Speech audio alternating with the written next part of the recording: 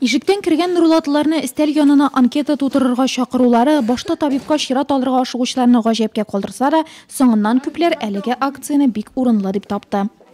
Я считаю, что организовали хорошую акцию. Бик яхшы акция оештырганнар кайбер кешеләргә булышыр дип саныйм. Считаю нужным. Бик кирәкле чара. Кешеләр начар гадәтләрне ташлап спорт белән шөгыльләнсеннәр иде.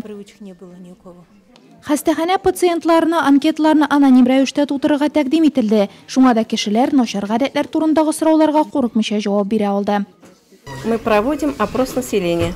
Без халыктан сораштыруны психоактив матдәләргә мөнәсәбәтләрен белер өчен уздырабыз. Анкеталарны берләштереп анализ ясаячакбыз. Алкоголь эчемлекләргә тискәре караш булдыруны максат итәбез.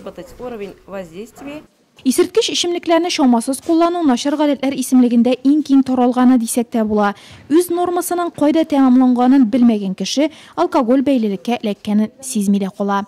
В нашем кабинете по всему району стоят на учете.